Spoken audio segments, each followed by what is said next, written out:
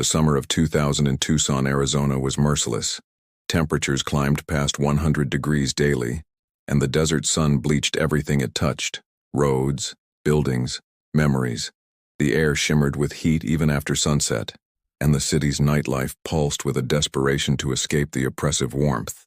It was in this environment that Dominic Caruso built his empire, one cocktail and one handshake at a time. The Mirage wasn't just a nightclub, it was an institution. Tucked away on a stretch of East Broadway, surrounded by empty lots and aging strip malls, the club attracted an eclectic crowd. College students from the University of Arizona, mixed with businessmen in expensive suits, tourists seeking authentic Southwestern nightlife, and locals who knew better than to ask too many questions. Neon lights spelled out the club's name in electric blue and pink, casting an otherworldly glow across the parking lot. Inside, the music was loud, the drinks were strong, and Dominic Caruso moved through it all like a king surveying his kingdom. Dom was 42 years old that summer, a man whose charm was as legendary as his temper. Standing at 6 feet tall with jet black hair slicked back in the style of old-school Italian mobsters, he commanded attention the moment he entered a room. His suits were tailored, his shoes polished to a mirror shine, and his cologne, a distinctive blend of leather and citrus, announced his presence before he spoke a word. People liked Dom, or at least they pretended to. He had a way of making you feel important, of leaning in close when you spoke as if your words were the most fascinating thing he'd heard all night. But beneath the charm lurked something darker. Those who knew him well, and few truly did, understood that Dominic Caruso was not a man to cross. Whispers followed him wherever he went. Rumors of connections to organized crime families in New York and Chicago. Stories of gambling operations run out of back rooms, of money laundered through legitimate businesses, of smuggling routes that stretched across the Mexican border just 60 miles south. The FBI had opened several investigations into Dom's activities over the years, but nothing ever stuck. Witnesses suddenly developed amnesia. Evidence disappeared, and Dom kept smiling, kept pouring drinks, kept counting his money. The night of July 23, 2000, began like any other Saturday at the Mirage. The club opened its doors at 9 p.m., and within an hour, the dance floor was packed. The DJ spun a mix of house music and hip-hop that kept the crowd moving, sweating, buying round after round. Dom worked the room, shaking hands, kissing cheeks, occasionally disappearing into his office to handle business that no one discussed openly. His staff knew the routine. When Dom closed the office door, they didn't knock unless the building was on fire. As midnight approached, the energy in the club reached its peak. Bodies pressed together on the dance floor, the bass from the speakers vibrating through the floorboards, the air thick with perfume, cologne, and the sweet smell of spilled alcohol. Dom stood at the bar, nursing a glass of expensive scotch, watching everything with the practiced eye of a man who missed nothing. His bartender, Marcus, a loyal employee who'd worked at the Mirage for 5 years, later told police that Dom seemed distracted that night. He kept glancing at his watch, checking his phone, looking toward the entrance as if expecting someone. Around 1:30 a.m., a man entered the club. Marcus remembered him clearly. Average height, wearing dark jeans and a black leather jacket despite the heat. Sunglasses even though it was the middle of the night. The man didn't head to the bar or the dance floor. He walked straight to Dom, leaned in close, and spoke directly into his ear. The music was too loud for Marcus to hear what was said, but he saw Dom's expression change. The easy smile vanished. His jaw tightened. He nodded once, finished his scotch in a single swallow, and followed the man toward the back exit. That was the last time anyone saw Dominic Caruso alive. The club closed at 2 a.m. The staff cleaned up, counted the register, and locked the doors by 3. Dom's car, a black Cadillac Escalade with custom rims, remained in its reserved spot near the back entrance. No one thought much of it. Sometimes Dom left his vehicle overnight and caught a ride with friends. But when morning came and the car was still there, the manager started making phone calls. Dom's apartment, a luxury penthouse downtown, showed no signs of recent activity. His girlfriend, a dancer from the club named Sophia, hadn't heard from him. His cell phone went straight to voicemail. By noon on July 24th, the Tucson Police Department received a missing person report. By evening, they'd found the Escalade. It was parked on a desolate stretch of Interstate 10 about 15 miles west of the city, where the highway cut through empty desert. The vehicle sat on the shoulder facing east as if it had been heading back toward Tucson. The engine was cold, but not for long. Forensic experts later estimated the car had been there less than 6 hours. The keys dangled from the ignition. Dom's wallet, containing $500 in cash and multiple credit cards, rested on the passenger seat. His cell phone was tucked in the center console. Everything appeared normal except for one chilling detail: drops of blood on the driver's seat and the steering wheel. The blood was fresh, type O positive, Dominic Caruso's blood type. The discovery transformed a missing person case into something far more sinister. Crime scene technicians descended on the location, photographing every inch of the vehicle, collecting evidence with meticulous care. They found no signs of struggle inside the car. No defensive wounds indicated on the blood splatter patterns. It appeared that Dom had been driving or perhaps sitting in the driver's seat when something happened. Something quick and violent. Then he was gone. Detectives interviewed everyone connected to Dom. His employees, his friends, his business associates, even his distant relatives. The story they pieced together painted a picture of a man living a double life. To the public, Dom was a successful entrepreneur, a self-made man who'd turned a struggling nightclub into one of Tucson's hottest destinations. But in the shadows, a different Dominic Caruso operated, one involved in illegal gambling rings that attracted high rollers from across the Southwest, one who allegedly facilitated the movement of contraband across international borders, one who answered to people whose names were spoken only in whispers. The FBI joined the investigation within 48 hours. Their organized crime task force had been monitoring Dom for years, building a case they believed would eventually crack open the entire Southwest corridor of Mafia operations. Special Agent Rebecca Martinez, a veteran investigator who'd spent a decade tracking mob activity, took the lead on the federal side. She'd interviewed Dom twice before, both times walking away frustrated by his ability to deflect, to charm, to provide just enough cooperation to appear innocent, while revealing absolutely nothing. Now, with Dom missing and likely dead, Agent Martinez faced a wall of silence. No one was talking. The man in the black leather jacket who'd approached Dom at the club. None of the security cameras captured a clear image of his face. The staff suddenly couldn't remember details. The mysterious visitor became a ghost, someone who existed for 30 seconds and then vanished into the desert night along with Dominic Caruso. Weeks turned into months. The investigation expanded, encompassing hundreds of interviews, thousands of documents, countless dead ends. Detectives followed leads that went nowhere. They pressured known associates, offered immunity deals, threatened prison time. The silence held. In the criminal underworld, loyalty or fear proved stronger than justice. The desert kept its secrets. Somewhere out there, beyond the highways and the city lights, beneath the endless expanse of sand and rock and creosote bushes, Dominic Caruso's body waited to be found. Search teams combed the area for miles around where the Escalade was discovered. They used cadaver dogs, ground-penetrating radar, even brought in psychics whose visions led nowhere. The Sonoran Desert is vast and unforgiving, a landscape where things disappear and stay disappeared. Human remains can be scattered by animals within days, buried by blowing sand within weeks, rendered unrecognizable by the elements within months. As 2000 turned to 2001 and then to 2002, the case grew cold. The task force moved on to other investigations. Agent Martinez retired in 2008, carrying the frustration of unsolved cases like stones in her pockets. Dom's girlfriend married someone else. The Mirage changed owners 3 times before finally closing in 2015. The building sat empty, windows boarded up, the neon sign dark and broken. But some people didn't forget. Dom's mother, Angela Caruso, an elderly woman who'd immigrated from Sicily in the 1950s, lit a candle for her son every Sunday at St. Augustine Cathedral. She never believed he'd abandoned his life, never accepted the theories that he'd fled to Mexico or entered witness protection. She knew her Dominic was dead, knew it in the way only a mother can know. She died in 2016, having never learned what happened to her son. The case file sat in storage, gathering dust, one of thousands of unsolved crimes that haunt police departments across America. Detectives who'd worked the investigation moved to other cities, retired, or died.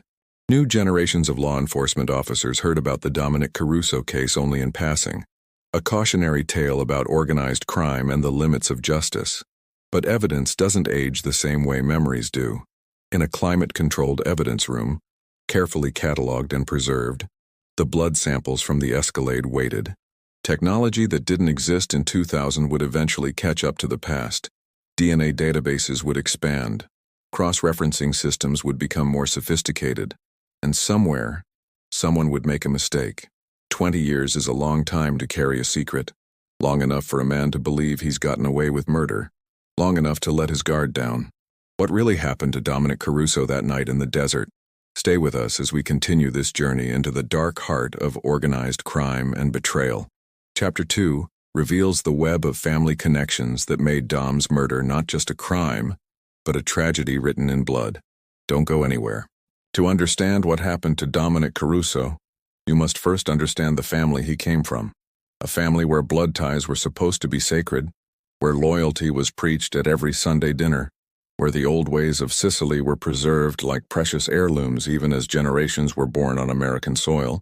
The Caruso family arrived in the United States in 1947, part of the massive wave of Italian immigration that followed World War II. Dom's grandfather, Giuseppe Caruso, had been a fisherman in a small village outside Palermo, a hard man who'd survived Mussolini's fascism and the chaos of the Allied invasion. He brought with him his wife, 3 sons, and a philosophy shaped by centuries of Mediterranean survival. Trust no one outside the family, never cooperate with authorities, and solve your own problems without involving outsiders. Giuseppe settled in Brooklyn, New York, where the Italian community welcomed him with the familiar dialects of home. He opened a small grocery store that barely made enough to feed his family, but it wasn't the legitimate business that paid the bills. Like many immigrants of his generation, Giuseppe discovered that the American dream sometimes required stepping outside the law. He ran numbers for local bookmakers, stored merchandise that fell off trucks, and provided alibis for men whose names appeared in newspapers next to words like alleged and suspected. His sons grew up in this environment, understanding from an early age that there were 2 sets of rules, the official ones that everyone pretended to follow, and the real ones that governed how things actually worked. The eldest son, Vincent, embraced the life fully, rising through the ranks of the Colombo crime family to become a made man by the age of 30. The middle son, Michael, Dom's father, tried to walk a different path. He moved to Arizona in 1972, seeking distance from the family business, hoping to build something legitimate under the desert sun. Michael opened a restaurant in Tucson, a small Italian place that served homemade pasta and imported wine. He married a local girl, Rosa, whose Mexican-American heritage scandalized the more traditional members of the Caruso family. Dominic was born in 1958, followed by a daughter, Maria, 2 years later. Michael worked 18-hour days trying to make the restaurant successful, but the honest life proved harder than he'd anticipated. By the early 1980s, the restaurant was failing. Creditors were circling, and Michael's pride wouldn't let him ask his father or brother for help. That's when Anthony Caruso appeared. Tony was Vincent's son, Dom's cousin, born 6 months before Dom in the cramped Brooklyn apartment above Giuseppe's grocery store. While Michael fled to Arizona, Tony stayed in New York, following his father into the family business with an enthusiasm that bordered on fanaticism. He was a mean kid who grew into a meaner man, quick with his fists, quicker with a knife, and absolutely loyal to the concept of La Cosa Nostra. By 25, he'd earned his first murder conviction, though a combination of witness intimidation and legal technicalities resulted in an acquittal. By 30, he was running protection rackets across 3 boroughs. But Tony wanted more. The traditional mob territories were shrinking, law enforcement pressure was increasing, and the old men who ran the families were dying off or going to prison. Tony saw the future differently. He saw the Southwest as a frontier, a place where the Caruso name could mean something, where routes to Mexico meant access to opportunities that dwarfed anything available in New York's crowded criminal landscape. In 1985, Tony came to Tucson on what he called a family visit. He stayed 3 months. During that time, he helped Michael save the restaurant by providing an infusion of cash that came with no questions asked and no paperwork filed. He also reconnected with his cousin Dominic, now 27 years old and working as the restaurant's manager. The 2 men who'd seen each other only a handful of times since childhood discovered they had more in common than expected: ambition, charisma, and a willingness to bend rules when the situation required it. Tony proposed a partnership, He had connections, Dom had local knowledge. Together they could build something that benefited both sides of the family. The restaurant could be just the beginning. They could expand into other businesses, nightclubs, bars, maybe even casinos when the legal landscape changed. And underneath it all, invisible to anyone not looking carefully, they could facilitate certain transactions that the family needed handled in the Southwest. Dom was hesitant at first. He'd seen what the life did to people, watched his Uncle Vincent grow paranoid and violent, heard the stories of men who disappeared or ended up in prison, but the alternative was watching his father's dream crumble, returning to a legitimate life that offered nothing but struggle and bills that never stopped coming. So Dom agreed, with one condition: they kept Michael out of it. His father would never know the real source of the money that saved his restaurant, would never understand that his son had made the choice Michael had spent his life trying to avoid. The partnership worked brilliantly for 15 years. Dom and Tony opened the Mirage in 1988, turning it into the most profitable nightclub in Tucson. They established gambling operations in back rooms of legitimate businesses. They created a network for moving money across the border, taking advantage of the confusion and corruption that existed in the gaps between American and Mexican law enforcement. And they kept everything quiet, professional, under the radar. But success bred complications. As the operations grew, so did the attention from federal authorities. Agent Rebecca Martinez's task force began connecting dots, building a case that threatened everything. More concerning for the family hierarchy back east, Dom and Tony's Southwest operations started making more money than some of the traditional New York rackets. Power dynamics shifted. Questions arose about who really controlled what. Tony grew paranoid. He began to suspect that Dom was holding back money, skimming profits, maybe even considering cooperation with the feds to save himself. These suspicions weren't entirely baseless. Dom had indeed been interviewed by the FBI multiple times, and while he never provided actionable information, the mere fact of these conversations made Tony nervous. In the world Tony grew up in, talking to federal agents for any reason was a betrayal that demanded response. The relationship between the cousins deteriorated through 1999 and into 2000. They argued about money, about strategy, about who made the final decisions. Dom wanted to scale back, to consolidate what they had, and operate more conservatively. Tony wanted to expand, to push into new territories, to take risks that Dom considered reckless. Their disagreements became heated. Associates noticed the tension, began choosing sides, preparing for what felt like an inevitable conflict. In June 2000, Tony received intelligence that chilled him to his core. An informant whispered that Dom was negotiating a cooperation deal with the FBI. The informant claimed that Dom planned to provide information about the family's entire Southwest operation in exchange for immunity and witness protection. Whether this intelligence was accurate or simply the product of the paranoia and misinformation that constantly swirls through criminal organizations, no one knows for certain. But Tony believed it, and belief was enough. The old men in New York, when consulted, gave their approval. Family or not, a rat was a rat. The decision was made in a social club in Brooklyn, confirmed with a nod from Tony's father Vincent, sealed with the kind of finality that has ended lives since the first secret societies formed in Sicily centuries ago. Dominic Caruso was a problem that needed to be solved, and Tony volunteered to handle it personally. But Tony was too well known in Tucson, too closely associated with Dom. He couldn't risk being seen anywhere near the killing. So he reached out through the network, found someone perfect for the job. A professional who worked outside the traditional family structure, someone with no obvious connection to the Caruso organization, someone whose skills were legendary in the whispered conversations of men who commissioned violence. The hitman's name was Richard Delacroix, though he'd used dozens of aliases over a career that spanned 2 decades. Born in Louisiana, trained by Marine Corps, corrupted by the opportunities that presented themselves after his dishonorable discharge for assault, Delacroix had become one of the most reliable killers in the American underworld. He didn't ask questions, didn't leave witnesses, and most importantly, never talked. His fee for the Caruso job was $50,000, $25,000 up front, $25,000 upon confirmation of death. The plan was elegant in its simplicity. Delacroix would approach Dom at the club, tell him that Tony needed to meet urgently, that there was a federal raid planned for the next day, and they needed to coordinate their stories. Dom, already suspicious of Tony but still bound by family loyalty and self-preservation, would follow. They'd drive into the desert, where a conversation would turn into an execution, and Dominic Caruso would disappear into the sand like so many others before him. But even the best plans encounter complications. Delacroix hadn't counted on Dom's survival instinct, on the moment of recognition in the car when Dom understood what was about to happen. There was a struggle, blood spilled, and in the chaos of violence under the desert stars, mistakes were made. Microscopic traces of evidence left behind that would sleep in an evidence locker for 20 years, waiting for technology to catch up with crime. Tony returned to New York immediately after receiving confirmation that the job was complete.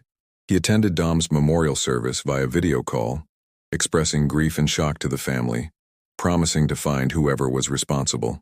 He took control of the Arizona operations, consolidated his power, and told himself that he'd done what needed to be done, that he'd protected the family and eliminated a threat. But secrets have weight, and carrying the knowledge that you ordered your own cousin's murder changes a man, hollows him out in ways that can't be filled with money or power or justification. Delacroix disappeared completely, his $50,000 divided into small cash deposits across multiple accounts, his identity buried under layers of false documentation. He moved to Nevada, started over, and believed he'd gotten away with it. After all, hundreds of mob-related murders go unsolved every year. Why should this one be different? Because evidence doesn't forget, because technology evolves, and because eventually, even the most careful criminals make mistakes. The web of betrayal ran deeper than anyone imagined, threading through families and across state lines, binding together men who shared blood, but not loyalty. In Chapter 3, we'll discover how a routine traffic stop in Nevada 2 decades later would begin to unravel this carefully buried truth. Stay with us. The investigation is about to take an unexpected turn. Detective Sarah Chen had worked in the Tucson Police Department's cold case unit for 6 years when she first encountered the Dominic Caruso file in January of 2019. The unit was understaffed, underfunded, and drowning in boxes. Hundreds of unsolved cases stretching back decades, each one representing a life interrupted, a family still waiting for answers, a killer who walked free. Chen was 38 years old, daughter of Taiwanese immigrants raised in Phoenix with a fierce determination to prove herself in a profession still dominated by men who sometimes struggled to see past her 5'3" frame and soft-spoken demeanor. She'd earned her detective shield by solving a series of home invasions that had terrorized Tucson's east side, demonstrating an analytical mind that could spot patterns others missed, and a persistence that bordered on obsession.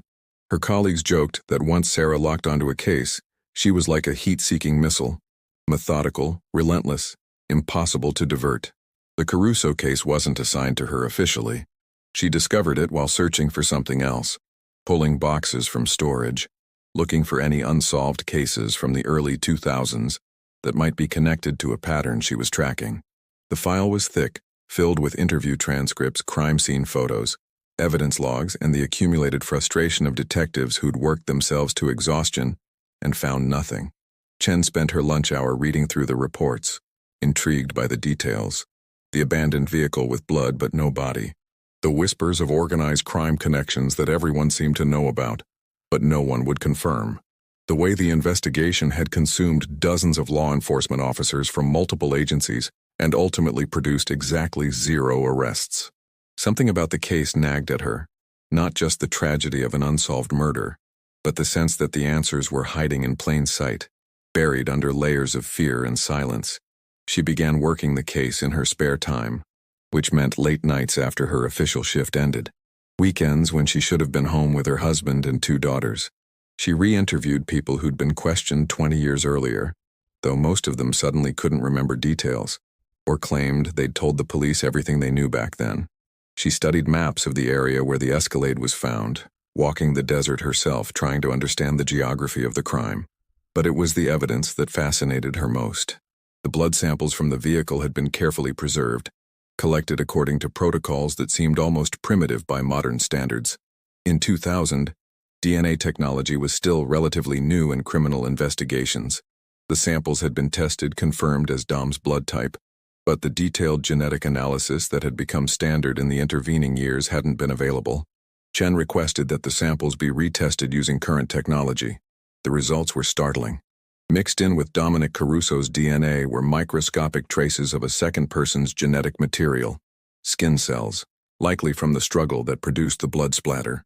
The profile was run through every available database: CODIS, the FBI's national DNA database, state criminal databases, even genealogical websites that had become powerful investigative tools in recent years. No matches. But Chen had learned patience. She flagged the unknown DNA profile for automated comparison, which meant that any time a new profile was added to any connected database, the system would check for matches. Then she kept digging, kept interviewing, kept searching through 20 years of accumulated information for the thread that would unravel everything. The break came from an unexpected direction, 900 miles away. On a cold February night in Las Vegas, Nevada, Richard Delacroix, now 63 years old, living under the identity of Robert Davidson, had built what he considered a comfortable life in Henderson, a suburb southeast of Las Vegas. He worked as a security consultant, specializing in advising businesses about protection systems and threat assessment. Ironic employment for a man who'd spent decades circumventing exactly such systems. He lived in a modest house, drove a mid-range sedan, and maintained a low profile that attracted no attention. He paid his taxes, obeyed traffic laws, and carried the belief that his past was truly buried. But the past has a way of reaching forward. On February 14, 2020, Delacroix was driving home from dinner at a steakhouse where he'd celebrated Valentine's Day alone, having never married, having never allowed anyone close enough to glimpse the darkness he carried. He'd had 3 drinks over the course of the evening, not enough to impair him noticeably, but enough to register on the portable breathalyzer that a Nevada state trooper administered after pulling him over for a broken taillight. The trooper, a by-the-book officer named Marcus Holloway, ran Delacroix's license and found nothing alarming. Robert Davidson had a clean record, no warrants, no red flags, but Nevada law regarding DUI was strict, and the breathalyzer showed a blood alcohol content of 0.09, just over the legal limit. Delacroix was arrested, processed through the Henderson Police Department, and as part of the standard booking procedure, had his DNA collected via cheek swab. The sample entered the Nevada State Database on February 18th. From there, it was automatically uploaded to the National CODIS system. And on February 21st at 2:17 in the morning, an automated alert pinged Detective Sarah Chen's email. DNA match identified Caruso, Dominic, case Thucker 2000-4782. Chen was awake in minutes, her heart pounding as she opened the notification on her laptop. The match wasn't complete. There wasn't enough of the unknown DNA from the Escalade to make an absolute identification, but the probability statistics were strong. The person whose DNA was found mixed with Dominic Caruso's blood in July 2000 was almost certainly the same person who'd been arrested for DUI in Henderson, Nevada, in February 2020. She called her lieutenant at 3 a.m., waking him from sleep, her words tumbling out so fast he had to ask her to slow down. By 8 a.m., she was in her captain's office with FBI agent Thomas Reeves, who'd taken over the organized crime task force after Agent Martinez retired. By noon, they had warrants prepared for Robert Davidson's arrest and extradition to Arizona. But Chen wanted to be careful. If this was truly their killer, she didn't want to spook him, didn't want to give him any opportunity to run or destroy evidence. She spent 2 days conducting surveillance, watching Delacroix's routines, making sure he had no indication that law enforcement was closing in. She coordinated with Henderson police, making sure they understood the sensitivity of the situation. The arrest happened on February 25th at 6:30 in the morning, as Delacroix was leaving his house for his morning jog. He was surrounded by 6 officers with drawn weapons, commanded to lie face down on his driveway, handcuffed and read his rights while his neighbors watched from behind curtained windows. His house was searched, his computer seized, his entire life turned inside out in a matter of hours. And Richard Delacroix, who'd convinced himself that he was safe, that 2 decades was long enough, that DNA didn't matter because he'd worn gloves, made his first critical mistake. When asked who he was, he maintained his false identity. When asked if he knew Dominic Caruso, he said no. When confronted with the DNA evidence, he requested a lawyer and refused to speak further. But his silence revealed more than words could have. An innocent man, randomly connected to a cold case through database coincidence, would have been confused, demanding explanations. proclaiming misunderstanding. Delacroix's immediate lawyering up, his calculated responses, the way his eyes went flat and cold when Caruso's name was mentioned, it all confirmed what Chen already suspected. The investigation exploded into action. Federal prosecutors in Arizona prepared charges. FBI agents began tracing Robert Davidson's background, peeling back layers of false identity to reveal Richard Delacroix. And behind that name, a criminal history that included suspected involvement in at least 8 other murders across 4 states. Financial records were subpoenaed, showing the cash deposits from 2000 that matched the likely fee for a professional hit. But Delacroix wasn't talking. His lawyer, an expensive criminal defense attorney flown in from Los Angeles, advised complete silence. Without a confession or direct testimony linking Delacroix to Anthony Caruso, the case was circumstantial, strong, but not guaranteed. Prosecutors needed more. That's when Chen made her second crucial decision. She went back through every piece of evidence from the original investigation, looking for anything that might have been missed, any thread that hadn't been pulled. She found it in phone records, specifically in the call detail records from disposable cell phones that had been active in Tucson during July 2000. The original investigators had obtained these records but found nothing useful. Thousands of calls, most untraceable to specific individuals. But Chen approached it differently. She didn't look for Dom's number or known associates. She looked for patterns, phones that were active for only a few days around the murder, phones that called each other but no one else, phones that pinged towers near the Mirage, and then near the location where the Escalade was found. She identified 3 such phones. One had made calls to Brooklyn, New York, specifically to a social club in Bensonhurst that was well known to federal organized crime investigators. A social club where Anthony Caruso spent most of his time in 2000. The connection was circumstantial but powerful. Chen presented her findings to FBI agent Reeves, who saw immediately where this could lead. If they could connect the disposable phone to Delacroix and the Brooklyn calls to Tony Caruso, they had the conspiracy. Proof that the murder was ordered from New York and executed in Arizona. Delacroix's phone records from 2000 no longer existed, at least not under any identity they could trace. But his financial records told a story. $25,000 deposited in a Nevada bank account in mid-July 2000, and another $25,000 deposited in early August after Dominic Caruso was officially declared a missing person. The evidence was mounting, but prosecutors knew they needed Delacroix to flip, to testify against Tony Caruso in exchange for a reduced sentence. Because without direct testimony connecting Tony to the murder, they had 2 separate cases. Delacroix for killing Dom, and Tony walking free because no evidence directly implicated him in ordering the hit.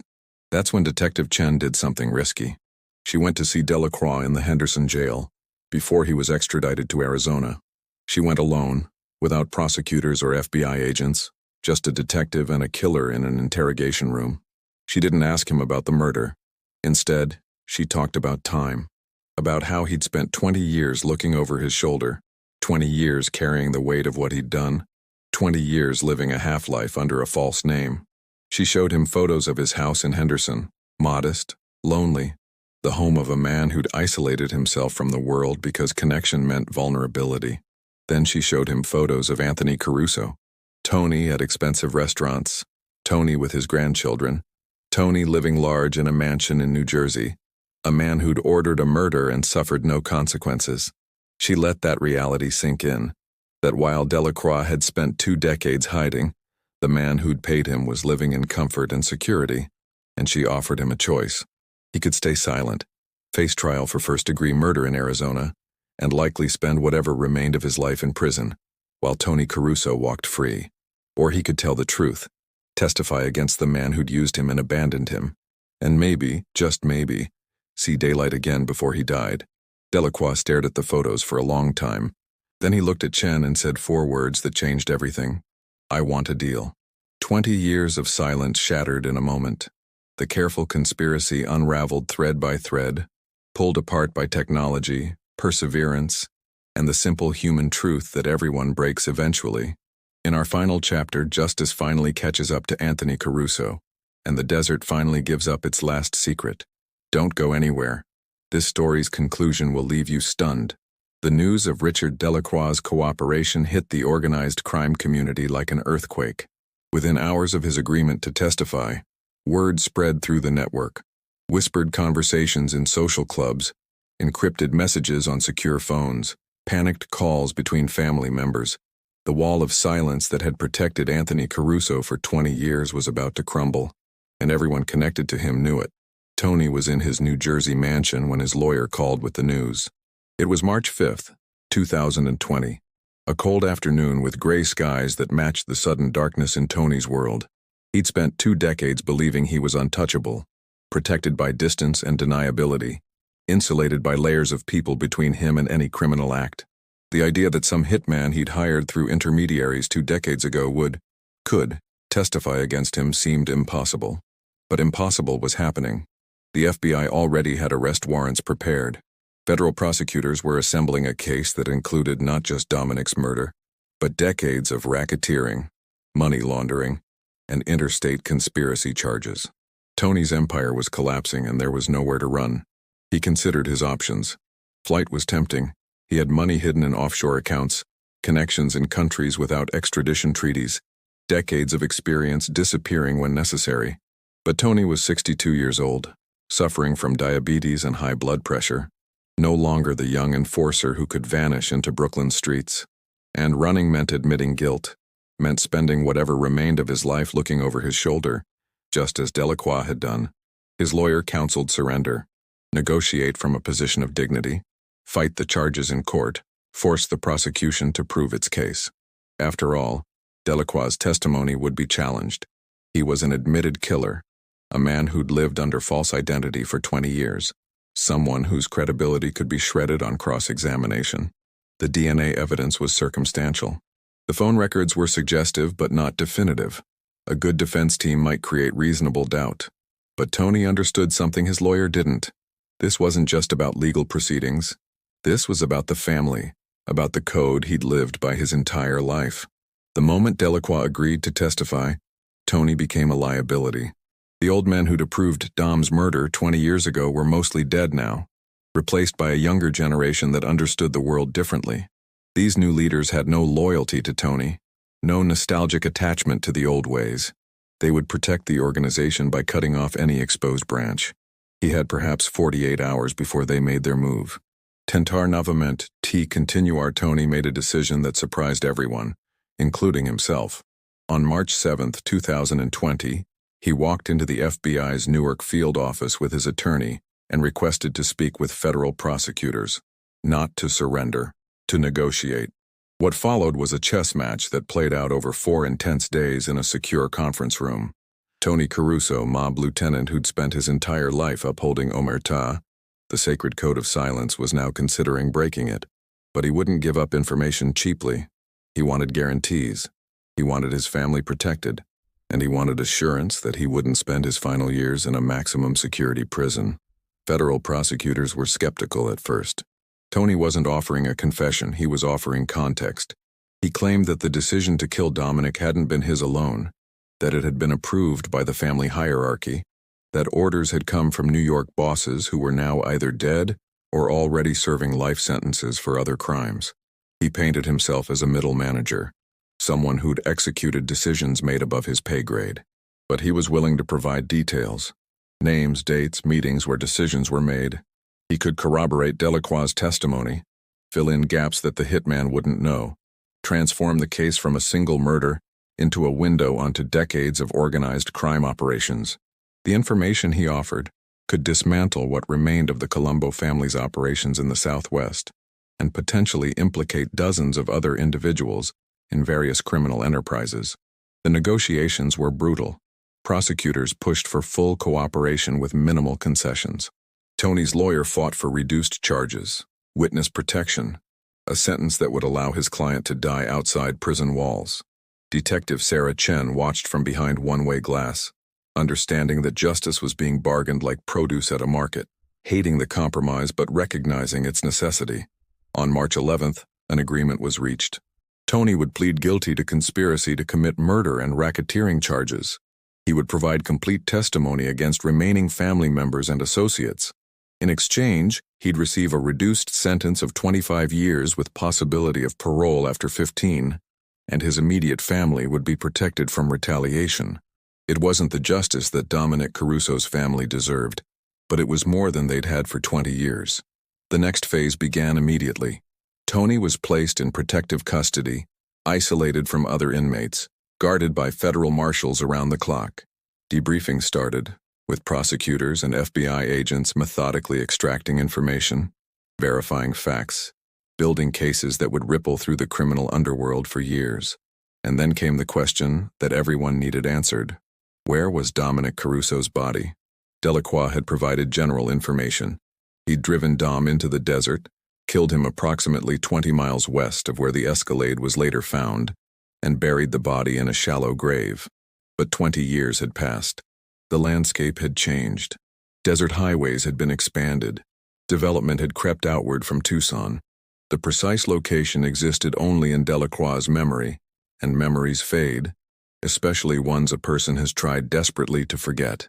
In late March, Delacroix was transported from Nevada to Arizona under heavy security, on a warm morning that felt eerily similar to the night of the murder.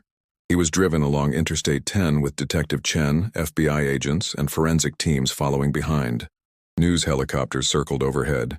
The story had broken nationally, feeding the public's endless appetite for mob drama and unsolved mysteries. Delacroix directed them off the highway onto a dirt access road that led deeper into the desert. The convoy followed, dust rising in clouds behind the vehicles. After 2 miles, Delacroix indicated they should stop. He stepped out of the transport van, shackled at wrists and ankles, and surveyed the landscape with an expression that mixed fear and relief. Here, he said simply, somewhere in this area. The search zone covered roughly 10 acres of scrubland, creosote bushes, prickly pear cactus, rocky soil that had baked under the sun for 2 decades. Forensic teams deployed with ground-penetrating radar, cadaver dogs, and the painstaking manual labor of investigators who understood that every shovelful of dirt might reveal the truth or might yield nothing. The search took 3 days. The desert gave up its dead reluctantly, hiding the evidence under layers of sand and time. But on the afternoon of March 26th, a cadaver dog named Justice, a German shepherd trained to detect human remains, began digging frantically at a spot about 30 feet from a distinctive formation of rocks that Delacroix had mentioned. The forensic team took over, carefully excavating with brushes and small tools, treating the site with the reverence it deserved. 18 inches below the surface, they found fabric, the remains of what had once been an expensive suit. Below that, bones, weathered by time and scattered by desert creatures, but unmistakably human. Detective Chen stood at the edge of the excavation site, tears streaming down her face despite her best efforts at professional composure. This wasn't just evidence anymore.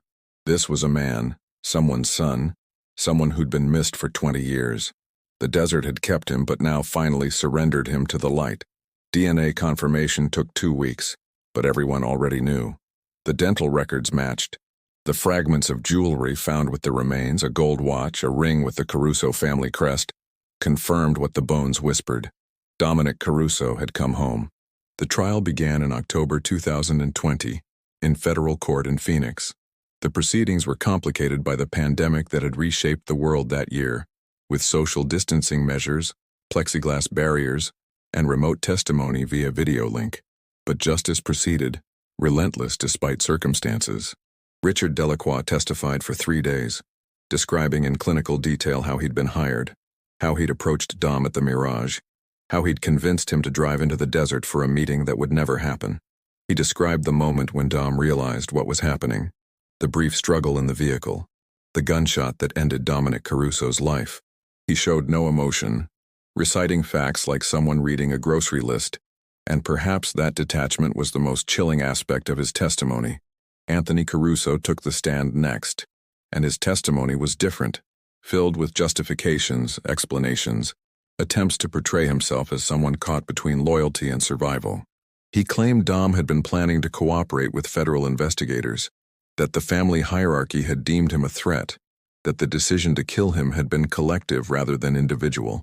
He portrayed himself as a soldier following orders, conveniently forgetting that he'd volunteered for this particular mission, that the victim had been his own blood.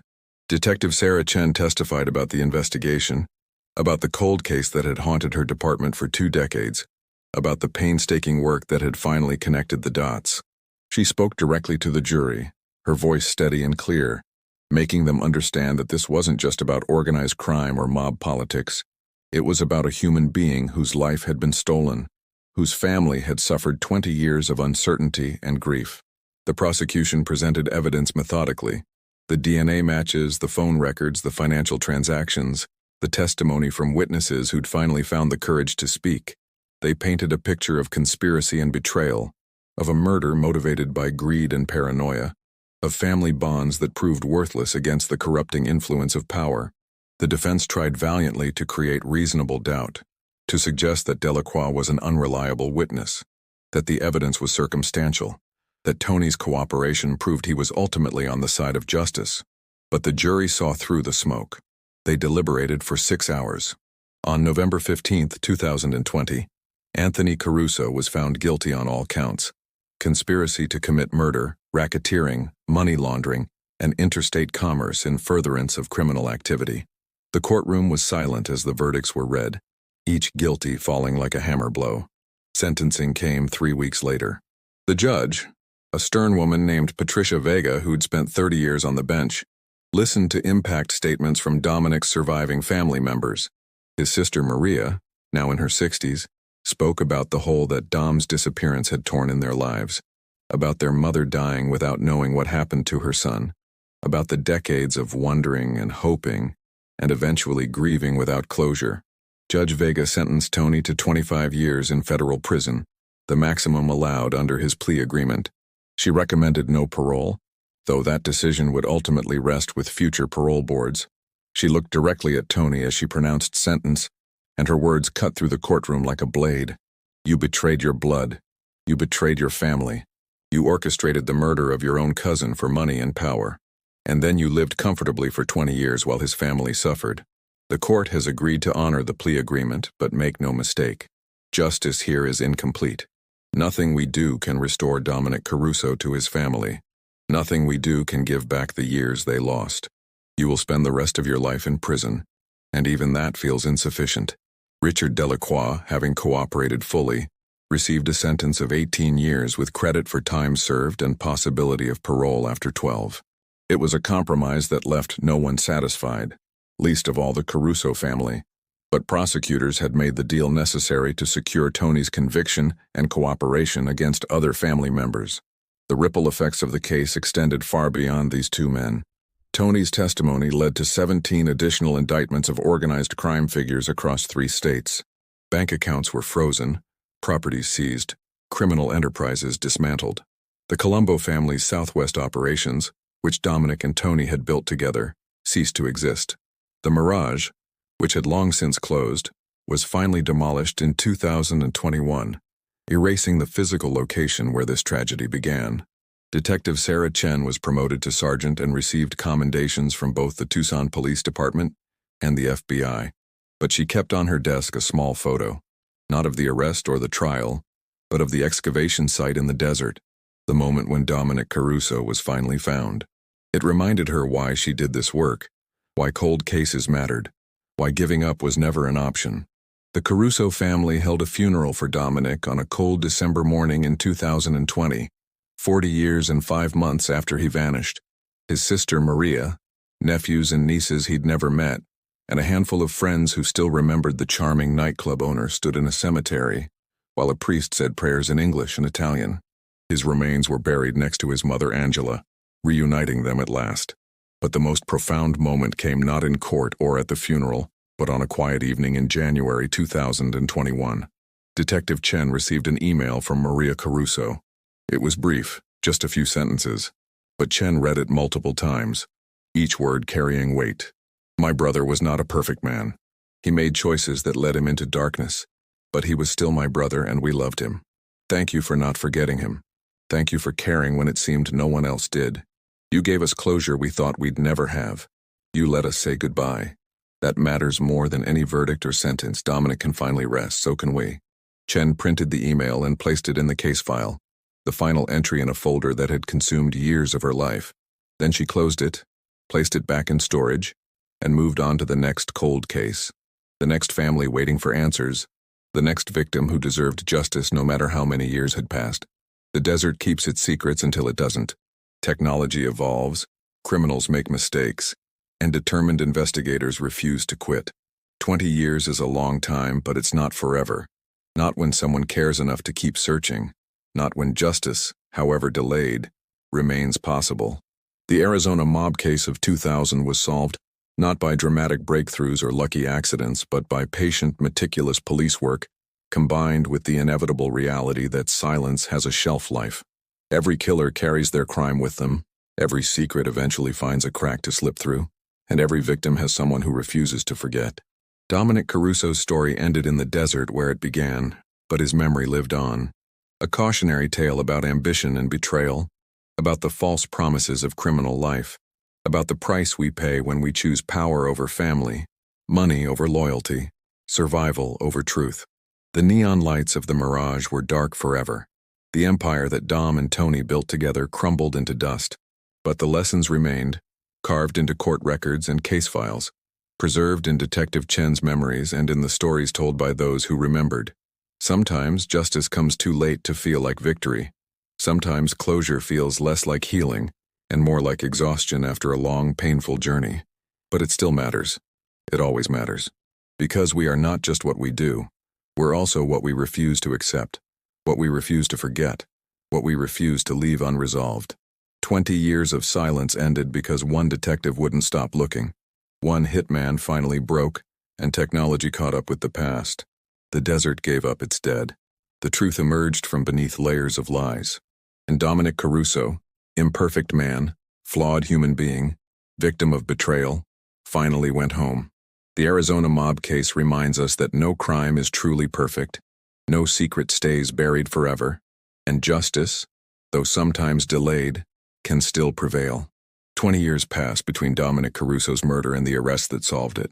20 years of technological advancement, investigative persistence, and the simple human truth that eventually, everyone breaks.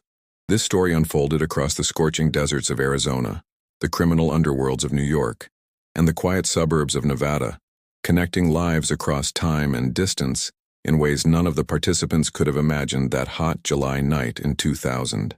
If this story moved you, if you found yourself captivated by this journey through crime, investigation, and ultimate resolution, I invite you to subscribe to our channel.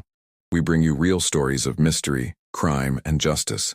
Tales that remind us that truth has a way of emerging, no matter how deeply buried, no matter how much time has passed. Hit that subscribe button, turn on notifications, and join us as we continue exploring the cases that gripped America, the investigations that refused to quit, and the families who never stopped seeking answers. Thank you for staying with us through this remarkable journey. Until next time, remember, justice may be slow, but it is not blind, and it never truly sleeps. Subscribe now for more incredible true crime stories.